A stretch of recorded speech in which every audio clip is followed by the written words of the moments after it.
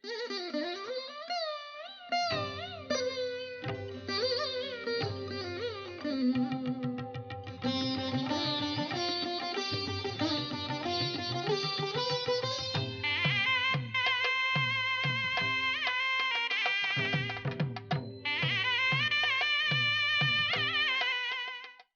எல்லாருக்குமே ரொம்ப பிடிச்ச ஒரு ஃபெஸ்டிவல். குழந்தைங்களுக்கும் சரி, கிருஷ்ணரே குழந்தைன்றதுனால எல்லாருமே விரும்பி செய்யக்கூடிய ஒரு ஃபங்க்ஷன் இது. இதுக்கு வந்து நம்ம பலகாரம் என்ன பண்ணலான்னு எல்லாரும் ஏற்கனவே யோசிக்க ஆரம்பிச்சிருப்பீங்க. மண்டே போட்டு உடைச்சிட்டு இருப்பீங்க. எல்லாருக்கும் ரிலேட்டிவ்ஸ்லாம் கேட்டு புதுசா ஏதாவது செய்யலாம்னு யோசிச்சுட்டு இருப்பீங்க. யூசுவலா பண்ற மாதிரி இல்ல வெண்ணெய், பால், நவநீதம்னு எல்லாம் வைக்காம வித்தியாசமா ஏதாவது பண்ணலாம் அப்படின்னு யோசிப்பீங்க. எத்தனை நாள் தாங்க கிருஷ்ணரும் அதே சீடையும் அதே முறுக்கையும் சாப்பிடுவாரு. நம்மளும் அதுல கொஞ்சம் வித்தியாசமா கலர்ஃபுல்லா முறுக்கும் வித்தியாசமான ஒரு ஸ்வீட் சீடையும் பண்ணா எப்படி இருக்கும்னு பார்க்கலாமா?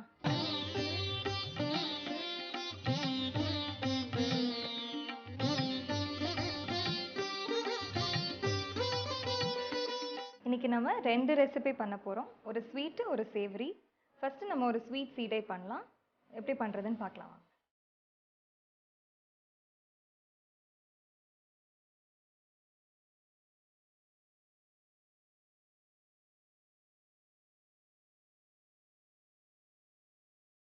இன்னைக்கு நம்ம முதல்ல பண்ண போறது மைதா ஸ்வீட் சீடை. இது வந்து யூஸ்வலா இருக்கிற மாதிரி அரிசி மாவு, வெல்லம்லாம் யூஸ் பண்ணாம இந்த ரொம்ப டிஃப்ரெண்டான ஒரு சீடை. இது வந்து நம்ம சர்க்கரையும் மைதாவும் யூஸ் பண்ணி பண்ண போறோம். இதுக்கு ஃபர்ஸ்ட் நமக்கு தேவையானது 2 டேபிள் ஸ்பூன் நெய் நமக்கு தேவை. அடுத்து நம்ம ஒரு 1/4 டீஸ்பூன் ஆஃப் குக்கிங் சோடா, அதாவது சமையல் சோடா ஆட் பண்ணணும். இப்போ வந்து நம்ம நெய்யும் சோடாவும் ஒரு நல்ல ஒரு பெரிய பாத்திரத்தில் எடுத்திருக்கோம். இதை வந்து நம்ம கையால் பீட் பண்ணணும்.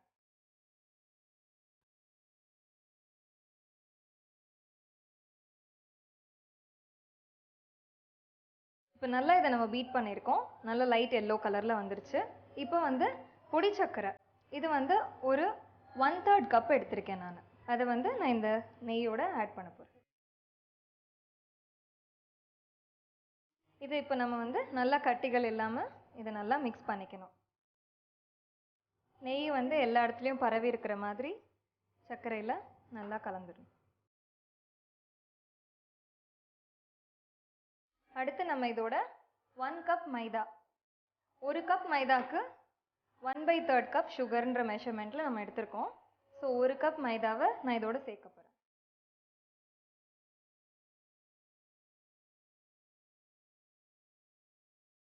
இப்போ இதை நம்ம நல்லா கலந்துக்கணும்.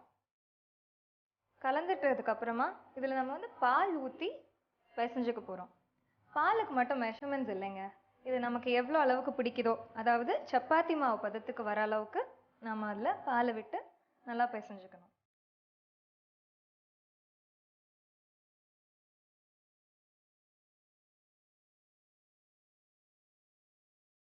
இப்போ நம்ம வந்து இது மைதாவில் பண்ணுறோம் அப்படிங்கிறதுனால பிசையும் போது ஒரு ஸ்டிக்கி டோவாக கையில் ஒட்டிக்கிட்டு தான் இருக்கும்.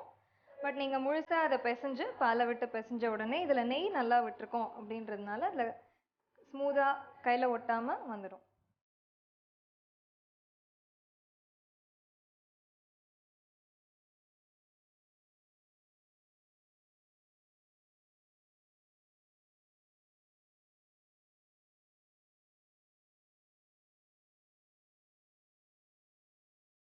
இப்போ நம்ம சீடை மாவு ரெடி ஆயிடுச்சு. இதை நம்ம வந்து சின்ன சின்ன உருண்டைகளாக உருட்ட போகிறோம். அதை வந்து நீங்கள் வைக்கிறதுக்கு ஒரு பிளேட் எடுத்து அதில் ஆயில் கொஞ்சம் க்ரீஸ் பண்ணி வச்சுடுங்க. அப்போ தான் நமக்கு ஒட்டாமல் வரும். கையிலையும் கொஞ்சம் எண்ணெய் தடவிக்கிட்டிங்கன்னா ரொம்ப ஈஸியாக இருக்கும் உங்களுக்கு பண்ணுறதுக்கு.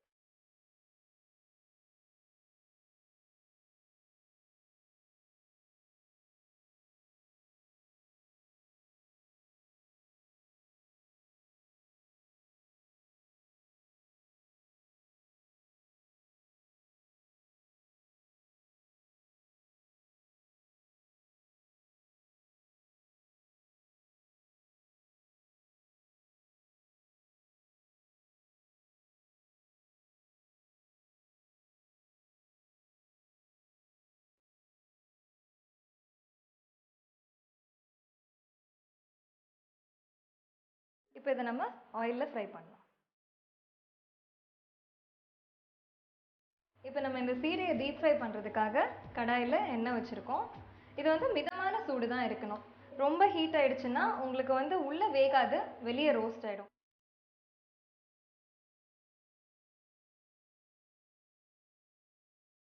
இப்போ எண்ணெய் காஞ்சிருச்சு. நம்ம இதில் இந்த சீடையை போட ஆரம்பிக்கலாம்.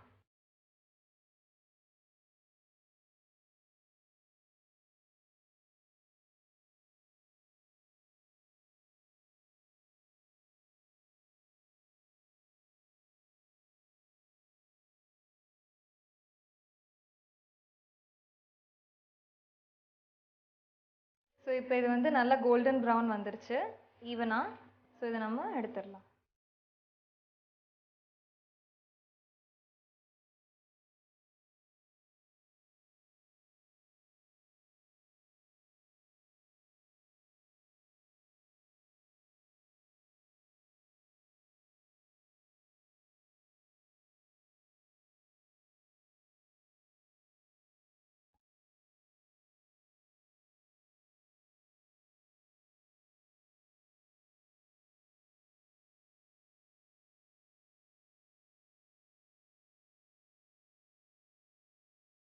இப்போ நம்ம இந்த மாதிரி எண்ணெயில் போடுறோம், டீப் ஃப்ரை பண்ணுறோம் அப்படின்னாலே எல்லாருக்கும் ரொம்ப கான்ஷியஸ் வந்துருச்சு ஆயில் சாப்பிட்றோன்றது. ஸோ நம்ம அட்லீஸ்ட் இந்த எக்ஸஸ் ஆயில் ரிமூவ் பண்ணுறதுக்கு பேப்பர் டவலில் போட்டு அதை ரிமூவ் பண்ணிடலாம்.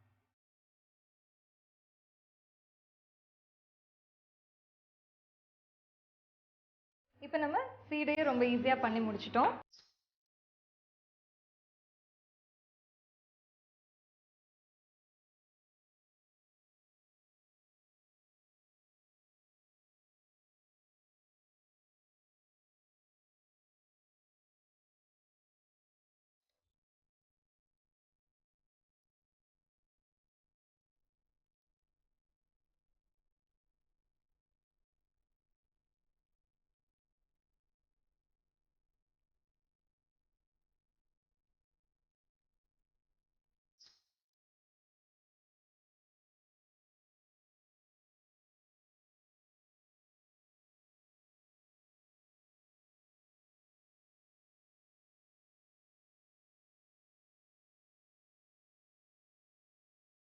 அடுத்தது ஒரு இன்ட்ரெஸ்டிங்கான முறுக்கு பண்ண போகிறோம்.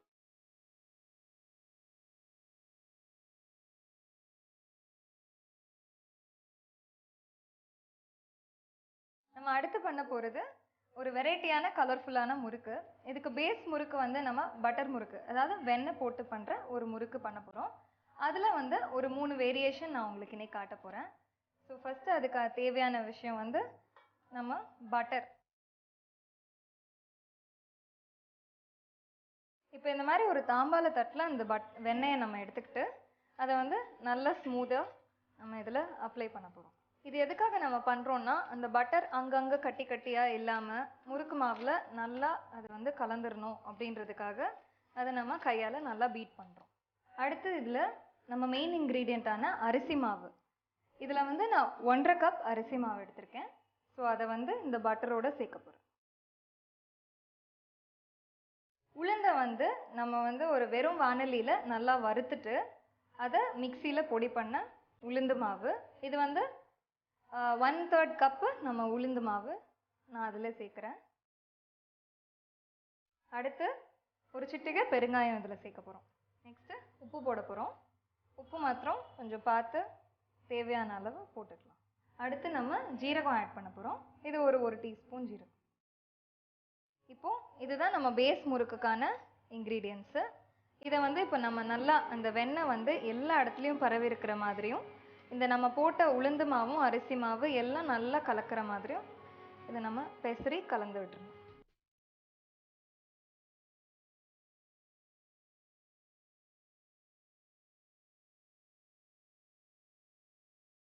இப்போ இது நல்லா நம்ம மிக்ஸ் பண்ணிட்டோம். நல்லா ஈவனாக மிக்ஸ் பண்ணியாச்சு. ஸோ இதை 3 பாகமாக நான் பிரிச்சுக்க போகிறேன். ஏன்னா நான் உங்களுக்கு 3 வெரைட்டி இன்றைக்கி காட்ட போகிறேன். இப்போ நம்ம 3ஆக பிரிச்சுக்கிட்டோம் இல்லையா, அதில் ஒரு பாகத்தை நான் ஒரு கிண்ணத்துக்கு ட்ரான்ஸ்ஃபர் பண்ணிக்கிறேன். இப்போ நமக்கு இந்த மாவு ரெடியாக இருக்குது. ஸோ இதில் கொஞ்சம் தண்ணி விட்டு நம்ம முறுக்கு மாவு பதத்துக்கு பிசைய போகிறோம்.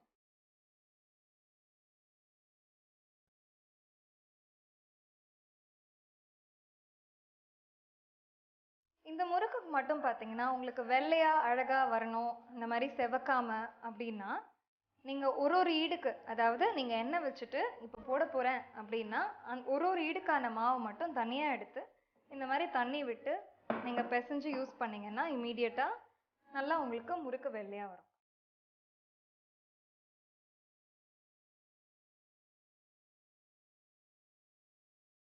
தேன்குழலோடைய அதாவது அந்த 3 ஓட்டைகள் உள்ள அதோட வில்லைய நான் இதுல போட்டிருக்கேன். பிளெயின் முறுக்குக்கான மாவை ரெடி பண்ணி வச்சுட்டோம்.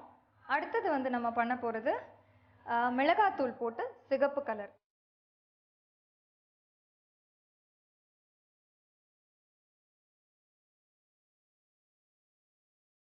அடுத்தது கிரீன் கலர் பண்ண போறோம். அதுக்கு நம்ம வந்து கொத்தமல்லியும் பச்சை மிளகாவும் சேர்த்து மிக்சியில் அரைச்சிக்க போறோம்.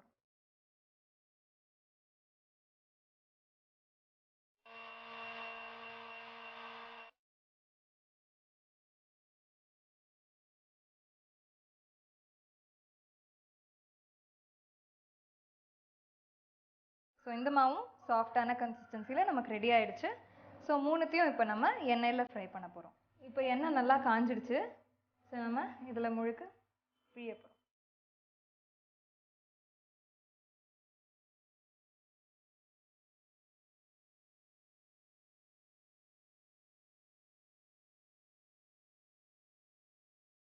ஸோ அடுத்து நம்ம இப்போ வந்து மிளகாத்தூள் போட்ட சிகப்பு கலர் முறுக்கு.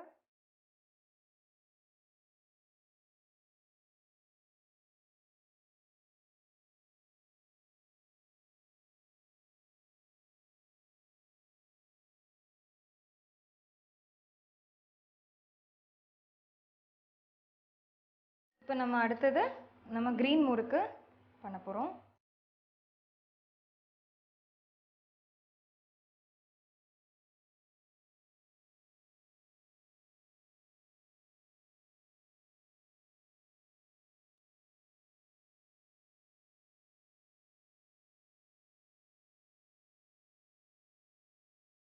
பார்த்தீங்கன்னா நம்ம இப்போ ரொம்ப ஈஸியாக ஒரு முறுக்கு எப்படி வந்து வித்தியாசமான ஃப்ளேவர்களில் செய்யலான்றத பார்த்துட்டோம். ஸோ மொத்தமாக 3 வெரைட்டியில் நம்ம பண்ணியிருக்கோம். பிளெயின் பட்டர் முறுக்கு, காரம் போட்ட சிகப்பு முறுக்கு, கொத்தமல்லி போட்டு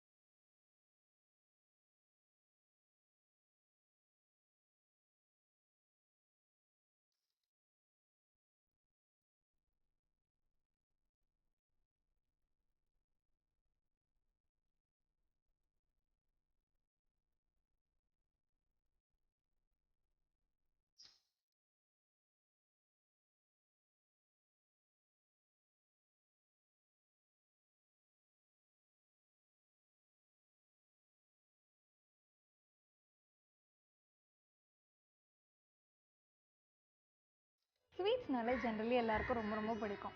அதுவும் வீட்டில் ஏதாவது பண்டிகை, விசேஷம், இல்லை யாருக்காவது பிறந்த நாள்னா அன்னைக்கு ஏதாவது வித்தியாசமாக பண்ணி அவங்கள அசத்தணும் அப்படின்னு நினைப்பீங்க. அந்த மாதிரி இருக்கும்போது ஒரு டிஃப்ரெண்ட்டான ஸ்வீட் இன்னைக்கு நான் அலோஜிலோன்னு ஒன்று காட்ட போகிறேன். அதோட ஷேப்பும் சரி, அதோட டேஸ்ட்டும் சரி, ரொம்ப டிஃப்ரெண்ட்டாக ரொம்ப டேஸ்டியாக இருக்கும். அந்த மாதிரி ஒரு ஐட்டத்தை நீங்கள் ஸ்பெஷல் நாளில் பண்ணீங்கன்னா எல்லாருமே அசந்துருவாங்க. இன்னைக்கு நம்ம பண்ண போகிற ஸ்வீட் பேர் அலோஜிலோ. அதுக்கு முக்கியமாக நமக்கு தேவையான விஷயம் மைதா மாவு. ஸோ அதை ஃபஸ்ட்டு நம்ம ஒரு பெரிய பாத்திரத்தில் எடுத்துக்கலாம்.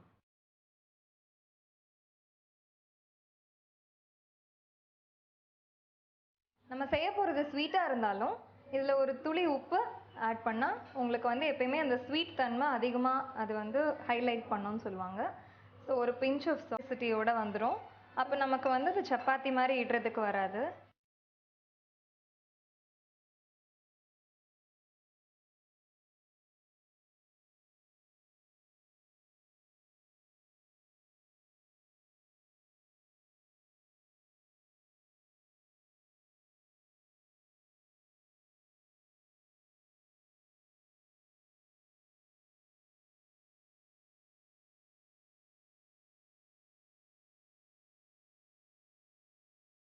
இப்போ நம்ம மாவு நல்லா பிசைஞ்சிட்டோம்.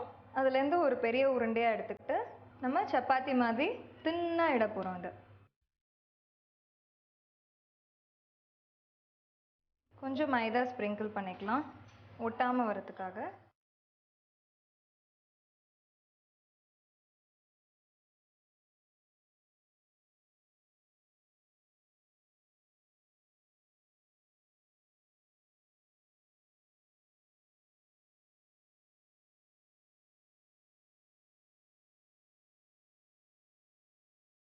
இப்போ நம்ம நல்லா தின்னா தேய்ச்சிருக்கோம்.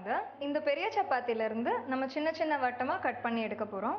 ஸோ அதுக்கு ஏதாவது ஒரு மூடி வாட்டி கீற வேண்டியிருக்கும் கத்தி வச்சு. அப்போ தான் நமக்கு ஜன்னல் மாதிரி அங்கே ஹோல்ஸ் கிடைக்கும்.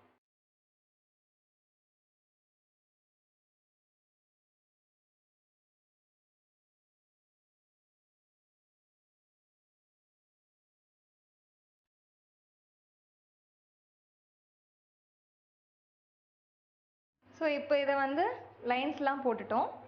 நம்ம ஒன்றை ரிமூவ் பண்ண போகிறோம். ஸோ இதை கையில் எடுத்துக்கிட்டு இதை நம்ம லைட்டாக இப்படி ட்விஸ்ட் பண்ண போகிறோம். சர்க்குலர் ட்விஸ்ட் பண்ணிவிட்டு கார்னர்ஸை நம்ம இந்த மாதிரி ப்ரெஸ் பண்ணி சேர்க்க போகிறோம்.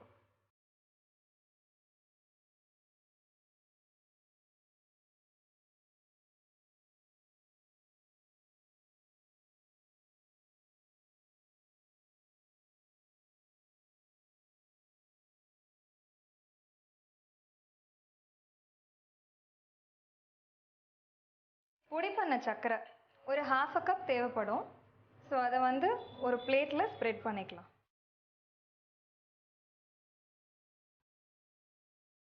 நம்ம அலோஜிலோ இப்போ ரெடியாக இருக்குது. ஸோ இதை டீப் ஃப்ரை பண்ணணும். அதுக்கு நம்ம கடாயில் எண்ணெய் எடுத்துகிட்டு ஹீட் பண்ணலாம். ஆயில் நல்லா சூடாயிடுச்சு. இதில் நம்ம பண்ணி வச்சுருக்கிற அலோஜிலோவை ஃப்ரை பண்ணலாம்.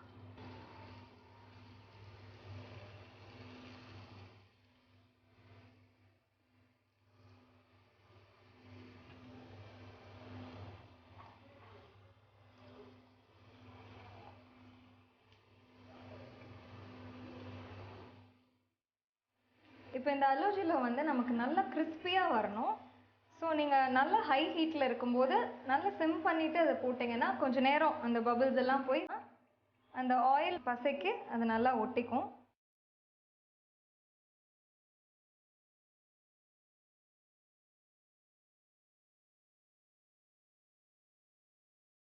இப்போ இதை சுகரில் டிப் பண்ணியாச்சு. ஸோ இதை நம்ம ரிமூவ் பண்ணி சர்விங் பிளேட்டுக்கு எடுத்துக்கலாம்.